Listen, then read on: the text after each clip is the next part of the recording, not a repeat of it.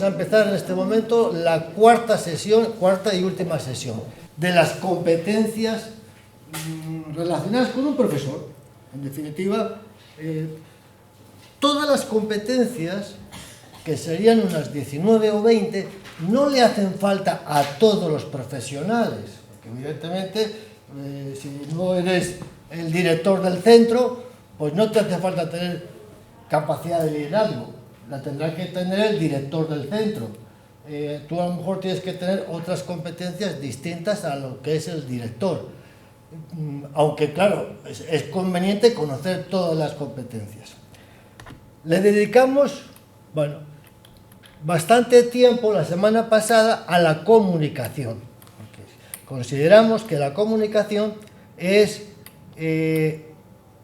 una competencia pues la que mejor te relaciona con los demás, la que mejor te da una valoración con respecto a los demás, la que te da como un poco de más empuje, como la que te da más confianza en ti mismo, la que te da más autoestima, porque eres capaz de mantener conversaciones prolongadas, en fin. Y desde luego para un profesor, pues indudablemente, pues, y luego los métodos de comunicación. Vamos a ver la influencia. Luego el otro profesor continúa también con el resto. La influencia es una competencia, que señala Goleman, que de alguna forma hace que la persona que tenga un poco de influencia en su entorno, pues tiene más capacidad de persuasión. Es decir, la persona pues es capaz de convencer a los demás, de tener presencia, de tener un consenso, de relacionarse con los demás, de, bueno, orquestar adecuadamente hechos sobresalientes, tiene una propia idea de lo que quiere hacer. Un profesor, indudablemente, pues tiene que tener una persona que sea contagiosa, que los alumnos vean que le gusta lo que está haciendo y que es capaz de transmitirlo. Y bueno, pues están lo que llaman las neuronas espejo, que si yo veo que el profesor está enamorado de su asignatura, de su forma de hablar, de su forma de explicar, de su forma de dar respuestas a los alumnos, pues a uno le gusta la asignatura. Bueno, yo me recuerdo perfectamente de mis profesores de bachillerato, hace ya algunos, y de mi maestro de primaria. Bueno, pues este profesor tiene que ser persuasivo, saber convencer, no ser maquiavélico, por supuesto, de alguna forma mantener la calma, hacer relajación en su clase, entender que la emoción y el estado de ánimo de los estudiantes, si es bueno, les va a beneficiar, interpretar las señales, el niño que se duerme, o el niño que, pues ¿por qué se duerme? O el niño que bueno, pues llega con diarrea todos los días, lo vimos el otro día un ejemplo, ¿por qué llega un poco el niño con diarrea todos los días a clase? Etcétera. Saber negociar un poco, en fin. Ser algo líder también en su situación. Hay unas ventajas de ser una persona con influencia, una persona normal. Hay el efecto reverberante de ser un poco el líder de su asignatura. Saber enseñar temas de interés, en definitiva, y saber manejar el tema del cambio y el ambiente emocional. Y un profesor debe saber cuáles son los pilares del aprendizaje. Evidentemente, los que sois profesores de pedagogía, de psicología o de asignaturas, digamos, de nuestras, pues ya hemos estudiado mucho aprendizaje, ¿sabes? Pero si eres profesor de historia, o eres profesor de matemáticas, o eres profesor de física, o química, o biología, a lo mejor no has estudiado demasiado técnicas de aprendizaje. Y bueno, pues el aprendizaje, bueno, según muchísimos autores, tiene como tres patas muy claras, tiene muchas, pero tres que dominan bastante. Una sería un motor de la motivación. Un buen aprendizaje hay que estar motivado, hay que buscar la motivación. ¿Por qué le gusta? ¿O por qué te puede gustar? ¿O qué te puede gustar más de la asignatura? ¿O por qué escoges esta asignatura? Entender que la motivación te da energía, te da un poco de empuje, te da ganas te da ánimo para madrugar o te da ánimo para coger el libro. Porque estás buscando, a veces puede ser solamente el aprobado y punto, o estás buscando terminar el año e irte de vacaciones, o estás buscando con la motivación tener contento a tus padres, si eres un niño, o estás buscando terminar el bachillerato para hacer una oposición, o estás buscando un título, o sea, algo que te motiva. El motor de la memoria, pues la memoria, realmente sabemos que es un poco pues, tener esa capacidad de repetir y de saber uno digerir lo que has estudiado y lo que te han enseñado y cómo lo estructuras, la memoria semántica, la memoria intrínseca, extrínseca, en fin, la memoria del trabajo, los diversos tipos de memoria. Y que sabemos ya que la memoria se sitúa en la parte prefrontal del cerebro y que cuando eres capaz de hablar de ello es que más o menos ya tienes algo aprendido, por decir algo. Porque la memoria, cuando pasa el semestre o pasa el año, pues uno no es que la borre, ¿no? La pasa a un fondo y luego comienzas el próximo curso con nueva capacidad. Y el motor de la emoción, que ya desde los griegos sabemos que la emoción se une al aprendizaje a través de que las emociones como alegría, entusiasmo, ánimo, etcétera, te recuerdas mejor de los hechos que has vivido con ellas. Y las emociones de miedo, ira, pues bloquean bastante la memoria y tratas de no recordarlo. O sea que unir una emoción de miedo dentro de la escuela, porque el miedo puede ser bueno cuando uno va por la calle, para tener cuidado que no te pille el coche, ¿no? Pero unir la emoción del miedo en el salón, pues no es positivo, porque estás un poco más bloqueado y lo que quieres es que se termine la hora para irte al recreo y cambiar de rollo. ¿Cómo sé yo un poco estos métodos? Un método para desarrollar la memoria del estudio, concretamente, la memoria del trabajo, fundamentado en 5 pasos. Primer paso, examen preliminar. Porque luego es que lo voy a explicar, está aquí. Porque es interesante conocerle. Y uno proponer a los alumnos, oye, yo tengo un método para aquellos que tengan mala memoria.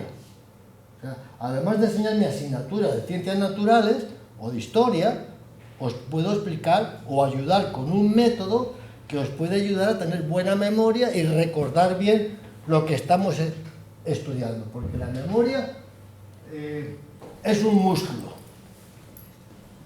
No es, digamos, no es un montón de neuronas que ya están en mi cerebro instauradas. No, las neuronas las tengo que ligar unas con otras.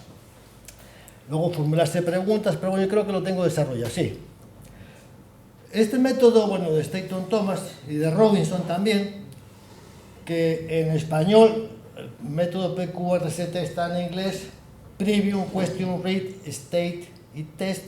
En español lo han traducido como EFGHI, que veis que está un poco las letras del alfabeto, para recordar, para hacer una regla mnemotécnica, ¿no? E de examen preliminar, F de formularse preguntas, la G de ganar en la lectura, la H de hablar de lo leído y la I de investigar de lo que has aprendido para repasar, que sería el test. Haciendo una lectura rápida del método, sería el previo, o sea, un examen preliminar. Cuando uno recibe un libro, y te dice, bueno, pues aquí está tu libro para este curso, etcétera. Bueno, pues uno puede empezar pues, por la primera página, se lee que es aquí que es la inteligencia, el listo o ser inteligente, inteligencia emocional, pensar con la cabeza, con el corazón. Pero uno también puede hacer un examen preliminar del libro, que sería pues ver el resumen que el libro tiene a la parte de atrás.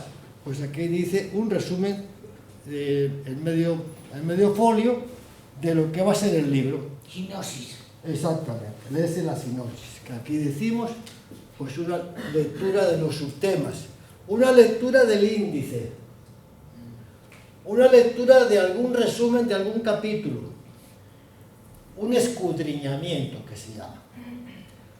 ¿Cuál es el objetivo de hacer esta prelectura de escudriñamiento de un libro? Pues el objetivo es que el libro me motive, que el libro me diga, ah, interesante, este libro voy a aprender con él. Yo cuando lo compré, fijáis cómo lo tengo de trabajado, interesante.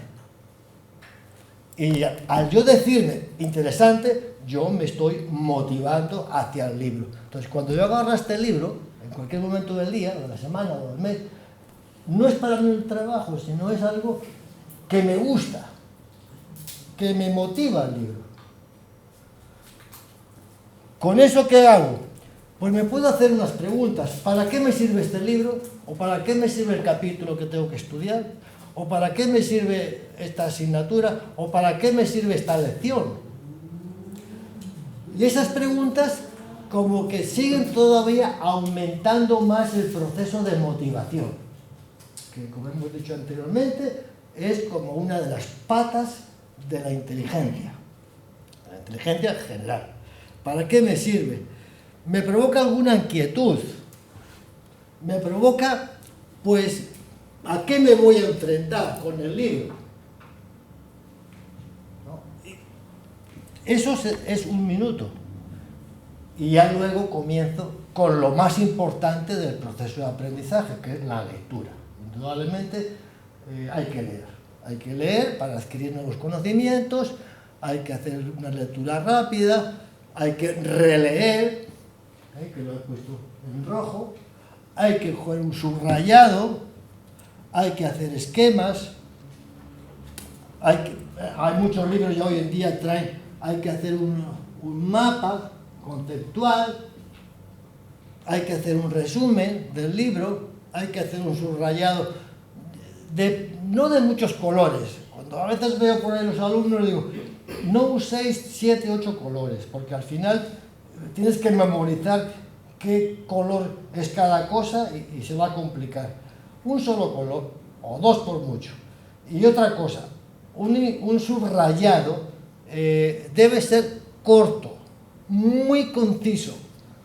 Palabras, una frase, no subrayar todo el párrafo, porque si subrayas todo el párrafo, no vas a poder memorizar todo el párrafo. ¿Qué se memoriza?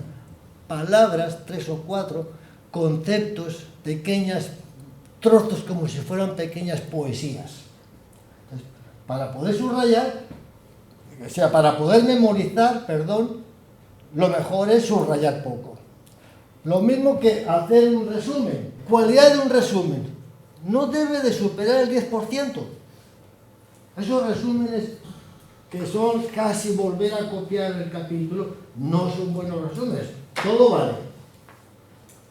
Pero como el objetivo del resumen es ayudar a la memoria, y como la memoria sabemos que no es fácil, sobre todo muchos conceptos, pues cuanto menos tenga uno que memorizar, mejor.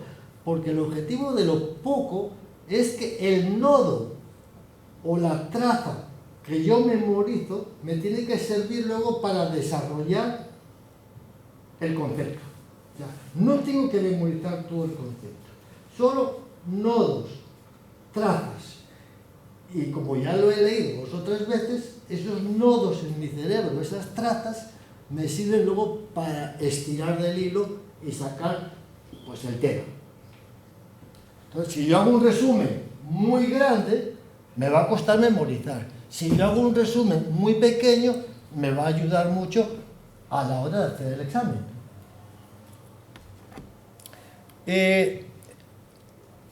Estas son las 3 primeras partes que he explicado, sería un poco lo gordo de la memoria. Estas otras partes, la cuarta y la quinta, el state, es hablar de los temas leídos. Eso es como la prueba, la comprobación de que si has aprendido lo que has leído. Yo leo, cierro el libro y debo ser, oye, más o menos de qué es lo que he estudiado hoy. Tengo que poder hablar de ello un rato. Por eso los padres que utilizan de que, bueno, has terminado, ven que te voy a preguntar la lección. Bueno, muchos niños dicen, mamá, pregúntame la lección, que ya me la sé. Ideal, ese es el camino. Pero si no hay la costumbre de, mamá, pregúntame la lección, tú eres la que tiene, o el padre, claro, tú eres que tienes que, a ver, más o menos dime algo. Ah, es que no me acuerdo. Pues sí, que no te acuerdas, es que no has aprendido nada. Qué pena que has estado 2 horas, pero, como se dice, pensando en que han habido, bueno, ya sabéis que lo peor de la memoria son las interrupciones. Si el niño está leyendo y el padre está viendo el partido de fútbol y ¡gol! Pues esa interrupción mata la memoria del niño. Ya. La concentración. Exactamente. O si, por supuesto, si tiene el móvil al lado de la habitación y suena, pues ¿quién será? Mata la memoria. Las interrupciones son los enemigos mayores de la memoria. Entonces hay que tratar de que no las haya, ni por parte del niño, ni por parte del entorno familiar. Porque eso de que el niño está estudiando y el padre está viendo el partido de fútbol, pues no casa muy bien. Porque el niño puede estar pensando quién va ganando, quién ha metido el gol, papá, ¿cómo va el partido? En fin, no. Cuando un niño está estudiando hay que sacrificarse todos un poco al tiempo que él. Entonces, después de terminar de leer, pues el niño hay que preguntarle un poco en voz alta qué se recuerda. Escríbeme algo. Bueno, saber que hay que pasar la memoria semántica, que son las palabras, los nodos, al prefrontal de mi cerebro. Hablamos el primer día ya. Y el resto suele pasar a lo que llaman la memoria implícita, que es esa memoria que tenemos ahí en el fondo, que con alguna ayuda la podemos recuperar. ¿Con qué ayuda se recupera? Con la parte quinta del método, con el test.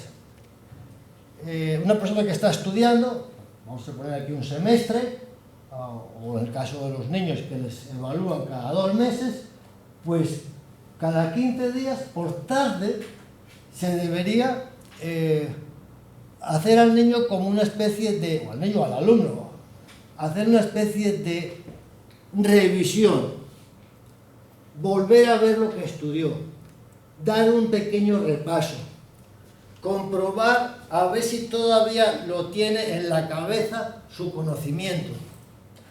Repaso semanal, he puesto, quincenal o mensual. Si es de año en año, pues puede ser mensual. Un procedimiento que sirve para pasar las cosas que tienes en tu memoria implícita a la memoria explícita. Y la memoria explícita es la que estoy usando yo ahora para hablar con vosotros. Tengo una conciencia del uso de las palabras y estoy tratando de explicar el método de estudio PQRST. Lo estudié hace muchos años, pero bueno, como este curso lo doy muchas veces, pues hago muchos repasos. Pero si no, me tendría que haber repasado esta mañana o ayer lo que voy a hablar hoy. Y además son repasos de minutos o de segundos a veces. Con 4 vistazos que le des al tema, te puedes recordar del tema. Explicar a los alumnos. Uno es profesor, tiene uno que tener influencia. ¿Qué hay que explicar? Que la educación cambia al cerebro. Que el cerebro no viene porque es que qué suerte tiene, qué listo es, qué inteligente. En fin, como que parece que hay niños que nacen con inteligencia y otros que nacen sin ella. No, aquí todos nacemos con neuronas, que son más o menos 85.000 o 100.000 millones de neuronas. Y que cada una tiene una capacidad de hacer hasta 10.000 conexiones. Y entonces eso lo multiplica y da un número que no sabemos de interpretarlo. Entonces, hay que saber empujar al cerebro, que el cerebro se desarrolle. Vamos a ver cómo se desarrolla. Unas neuronas se conectan con otras. Por decirlo de alguna manera, la neurona, pues bueno, pues sabemos lo que es, cómo es.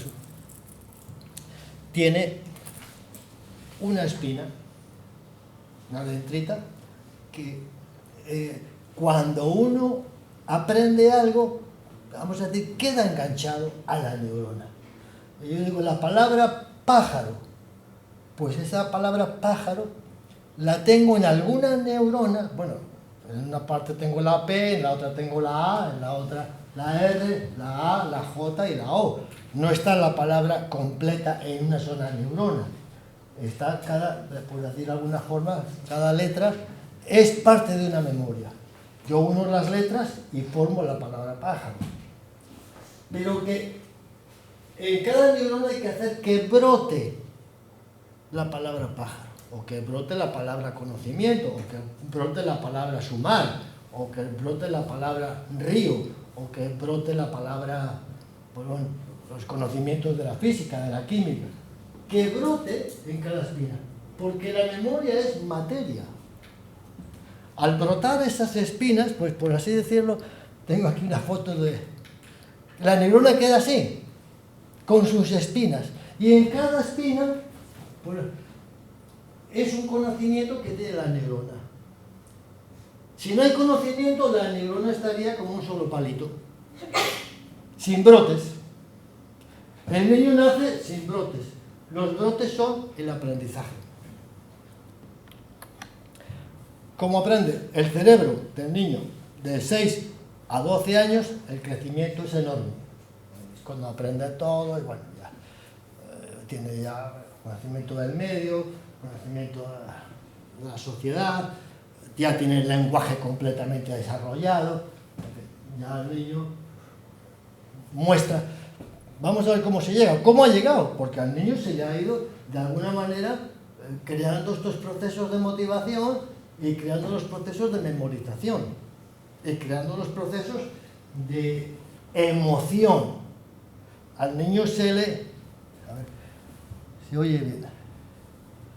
A ver si no, sí, está bien. La verdad que estoy mirando a ver que alguno me ha hecho una pregunta, sí, para contestarla. Al niño se le va aumentando.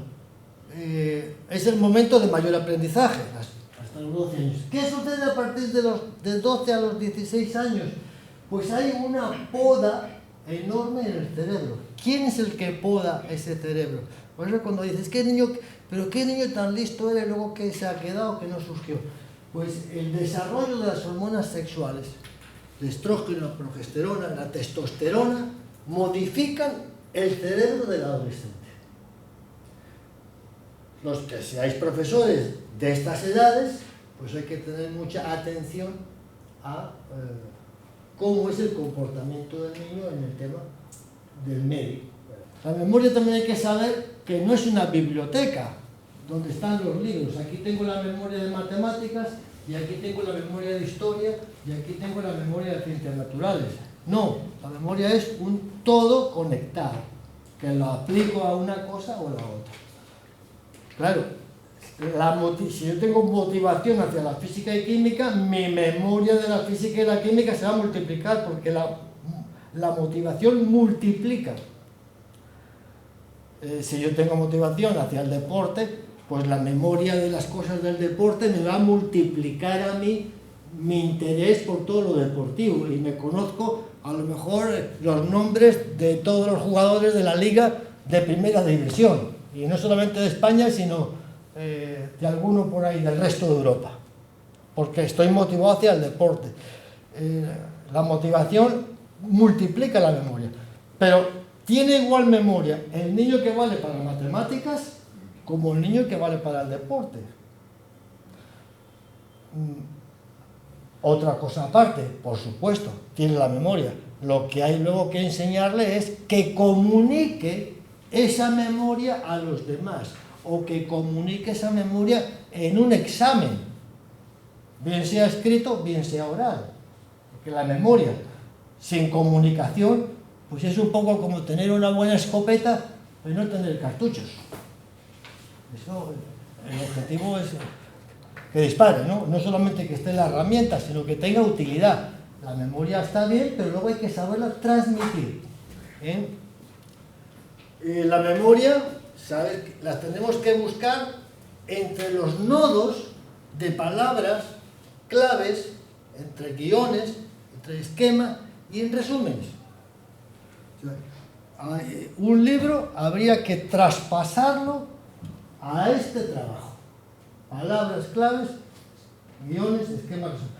Bueno, aquí en la UNED, bueno, voy a hablar bien de dónde trabajamos, ya casi todos los libros pues tienen al final del capítulo las palabras claves, tienen mapas conceptuales que nos ayudan mucho a dar una clase y que ayudan mucho a los estudiantes a aprender y a estudiar su asignatura. El libro de Psicología de la Memoria, que es el que yo tengo, pues es una maravilla de organización.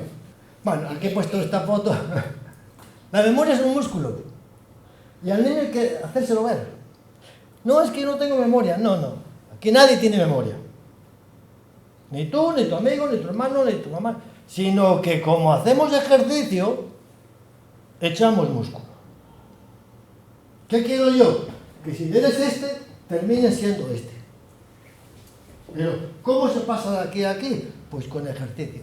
¿Cómo se pasa de no tener memoria a tenerla? Escribiendo esquemas, escribiendo resúmenes, escribiendo nombres, escribiendo apellidos, escribiendo fechas, escribiendo años, escribiendo anécdotas.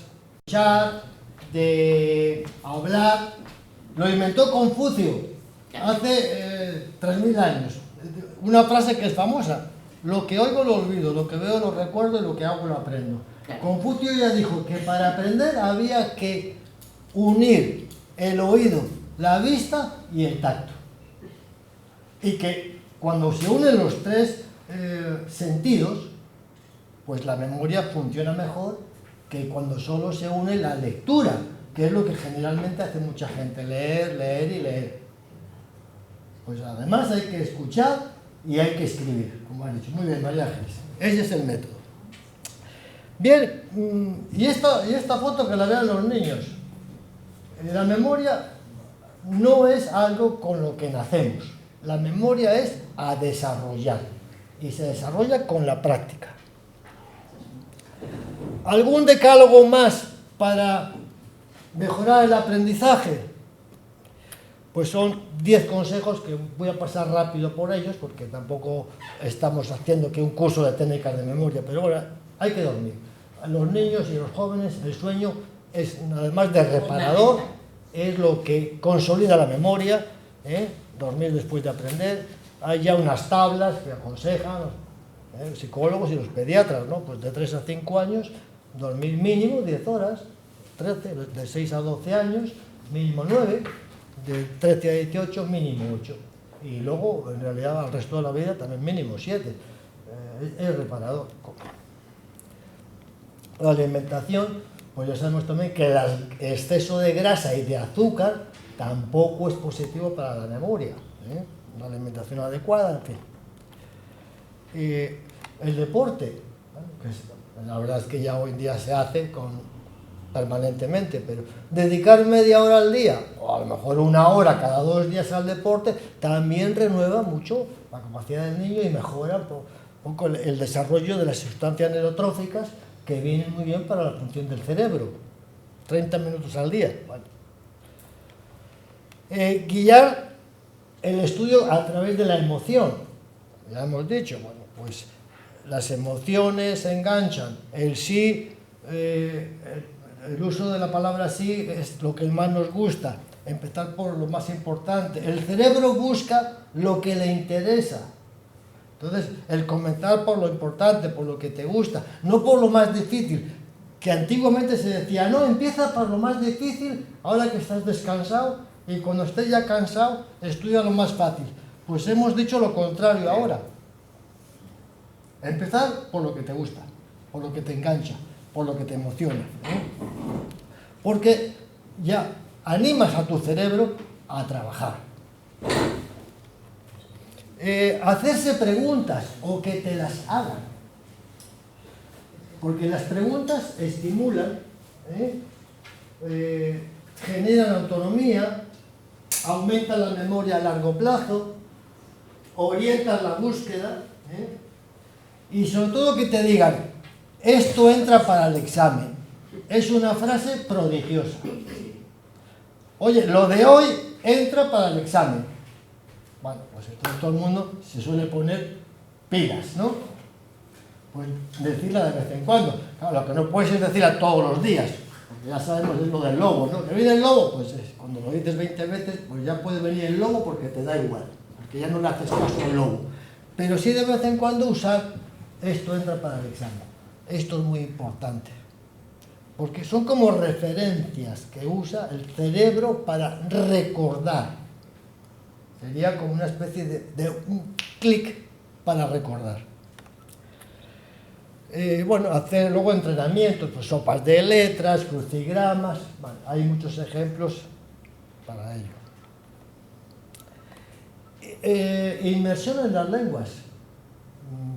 ¿Te has visto que las personas que dominan 2 o 3 lenguas suelen tener mucha más capacidad de memoria que los que tienen una lengua?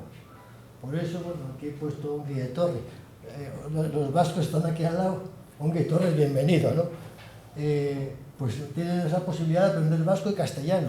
Pues muy bien. Aquí hemos tenido la mala suerte que durante muchísimos años pues tuvo un poco despreciado los idiomas, que son una riqueza para un país.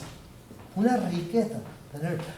Yo he tenido la oportunidad de hacer algunos cursos en Holanda durante varios años, que hemos ido ahí a trabajar, y os puedo decir que los holandeses hablan holandés, que hay 2 tipos de holandés distintos.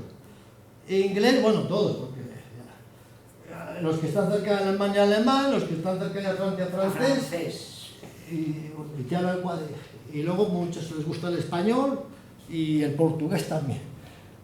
Hablar 3 o 4 idiomas en Holanda es como algo habitual. Pues bueno, ahí están ellos que tienen ese empuje tan importante en el mundo. Entonces, la música también es un lenguaje. Entonces, al niño que le gusta la música o el colegio, pues animar a hacer algo de música. Todo sirve para tu memoria, un poco para ese músculo que queremos que tengan nuestros hijos o nuestros alumnos. La lectura, bueno, activa el cerebro, la lectura emociona, da motivación, es un habla interior, te ayuda a saber hablar contigo mismo. Luego hacer exámenes escritos, y escribir para que la memoria no sea memorística, sino que sea una memoria comprensiva, ¿no? Hacer mapas conceptuales, esquemas, hacer chuletas. Y uno puede decir, bueno, sacáis las chuletas, 3 minutos. A ver, guardar las chuletas. Ahora el examen. ¿Por qué? Porque la chuleta es el mejor resumen de todos los resúmenes. O sea que el uso de la chuleta como método de aprendizaje es útil. ¿Cuántas veces nos hemos acordado de ellas y luego no hacía falta a veces sacarlas? Bueno. Y luego el examen oral. Esto ya hemos hablado la semana pasada mucho y no me voy a entretener de la importancia de hablar, la traza. Bueno, pues esa sería otra de las competencias importantes. Como profesor, explicar que tienes un método, explicar que conoces el tema del aprendizaje y explicar cuáles son los principios del aprendizaje. Fáciles: emoción, motivación y memoria. Desarrollo de los demás. Bueno, este desarrollo de los demás sería otra competencia también dentro de las de Goleman, que va unida a la influencia.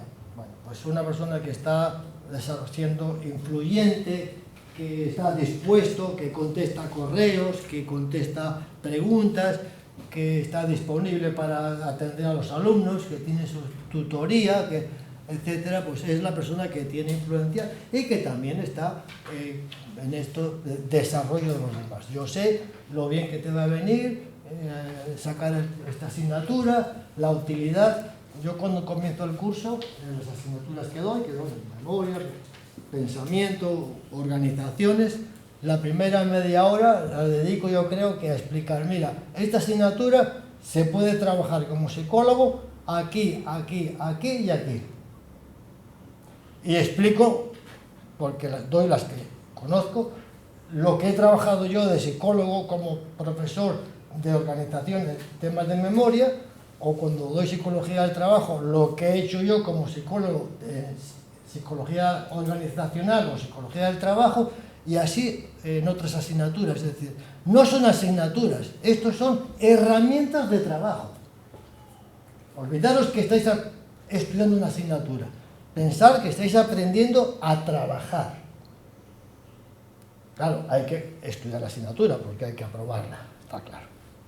Entonces, este es un poco el desarrollo de los demás. Saber para qué sirve lo que estás haciendo. También uno puede hablar de, bueno, pues si con el título de bachillerato, pues puedes hacer una oposición. O con el título de FP puedes hacer un trabajo y vas a tener un salario X. Con el título de grado puedes hacer otra oposición. En fin, darle la importancia que las cosas no son porque sí. No estudiamos por estudiar, ni por darle gusto a nuestros padres, ni estudiamos por darle gusto al gobierno. Estudiamos porque luego con un título tenemos un salario y con otro título tenemos otro. Y somos útiles, con un título somos útiles a una parte de la sociedad y con otro título somos útiles a otra parte de la sociedad. La función. Me ha gustado siempre la figura de Ginés de los Ríos, que sabéis que fue un pedagogo, bueno, y abogado y muchas cosas, español en el siglo XIX y XX, que nos dio escribió mucho y tiene, pero dos cosas que me han gustado mucho de su lectura. Para tratar con niños es menester hacerse niño.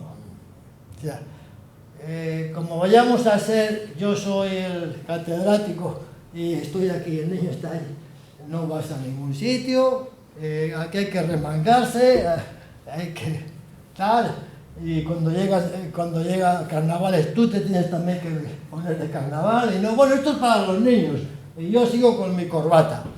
Pues parece ser que eso no va. Son unas neuronas espejo, ¿no? Nadie quiere imitar a una persona que no me interesa. Entonces, para tratar con niños es menester hacerse niño, y para enseñar a los adultos, ignorantes, bueno, pasa que es una frase, hay que hacerse, pero no serlo ignorante. Quiere decir, bueno, lo interpreto yo, ¿no? Está copiado literalmente. Quiere decir que para enseñar a la gente adulta que pues no tienes que ponerte tú en un pedestal muy alto. Tienes que ser humilde. Ser humilde, o que algunas cosas tampoco las sé yo. Pues lo vamos a preguntar. Pues miramos el diccionario. Pues vamos a ahora el Google. Pues vamos a ver qué dice Google o Wikipedia. De alguna manera, compartir, por decir algo, la ignorancia del que está estudiando. Me gusta esta otra frase de Ginés de los Ríos, que fue uno de los que trabajó en ¿cómo se llamaba? La Institución Libre de Enseñanza. Pero sí hay que saber conocer este proceso, que también creo que lo comenté un poco el primer día, lo de los 21 días, ¿no? O el segundo día, lo del clic. Mira, en la vida uno se prepara, estudia, aprende, hace algo y congela lo que sabe.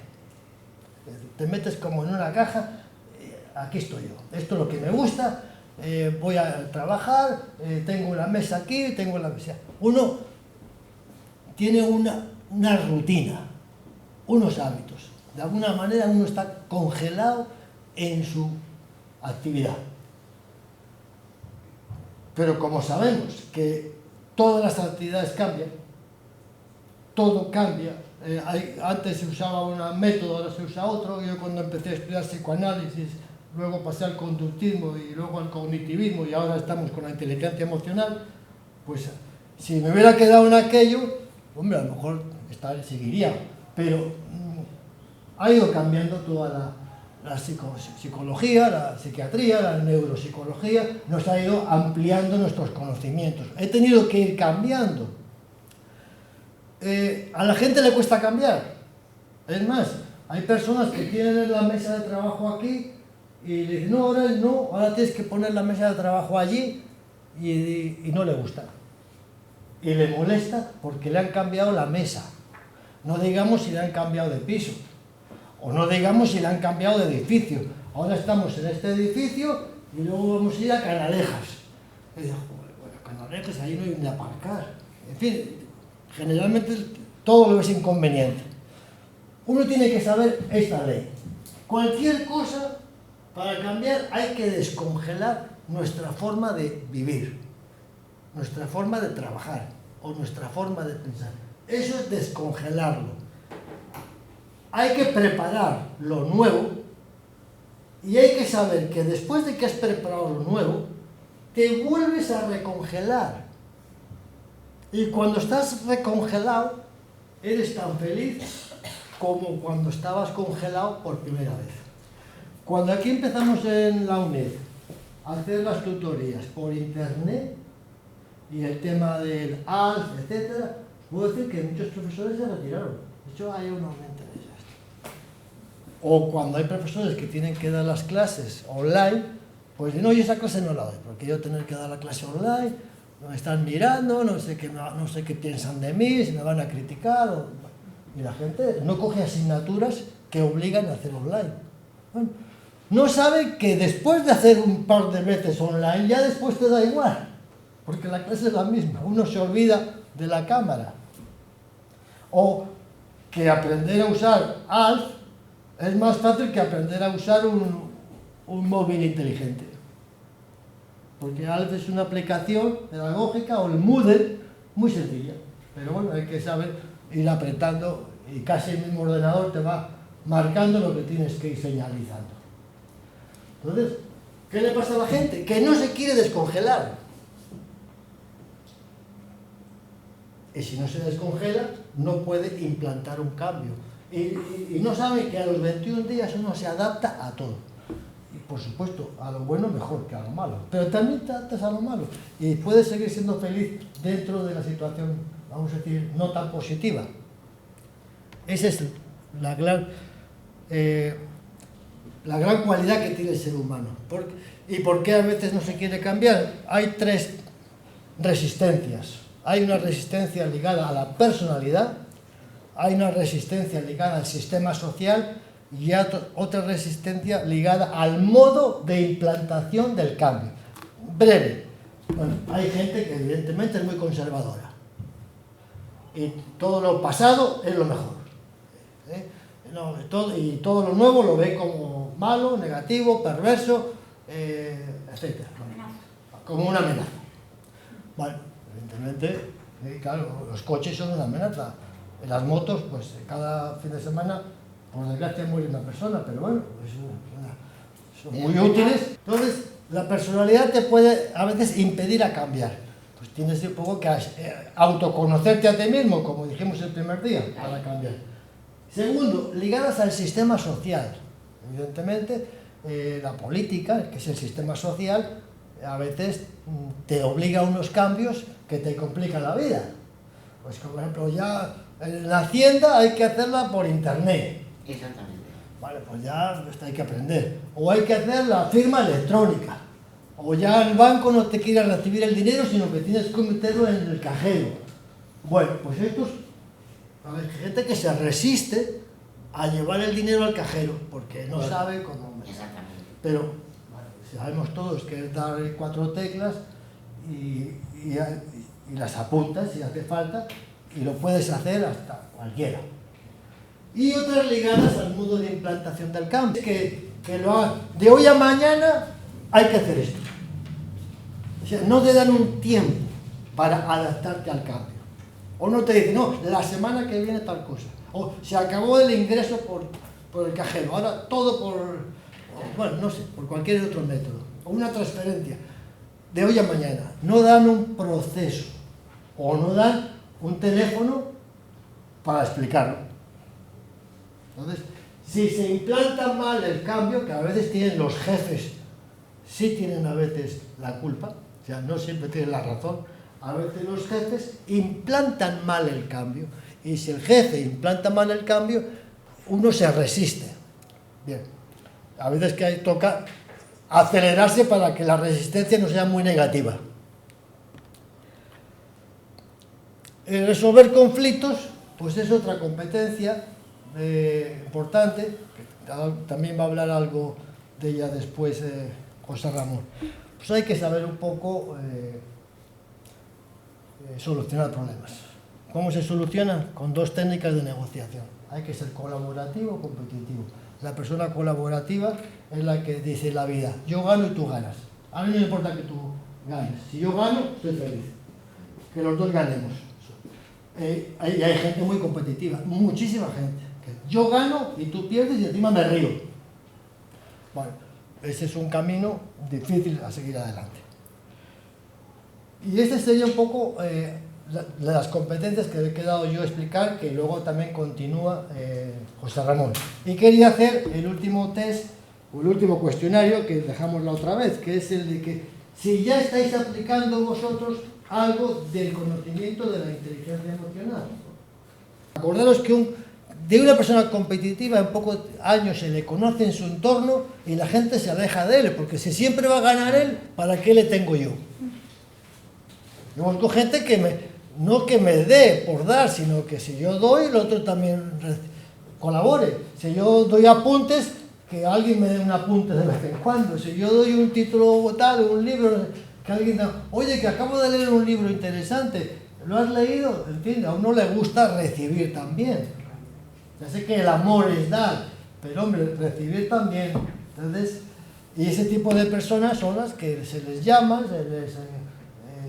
se les invita, uno repite con ellas, no huye de ellas. Bueno, pues nada, ha sido un placer por mi parte. Ahora desde el descanso y luego continuar José Ramón. Espero que os haya gustado. Como todas las cosas, esto es un principio de curso, ¿no? Pero hay que seguir leyendo, hay que seguir investigando, hay que seguir mirando. En concreto yo... Ahí os he puesto 6 libros interesantes al final de la presentación. No voy a decir que sean de obligada lectura, pero de muy interesante lectura. A mí me ha servido muchísimo, por supuesto.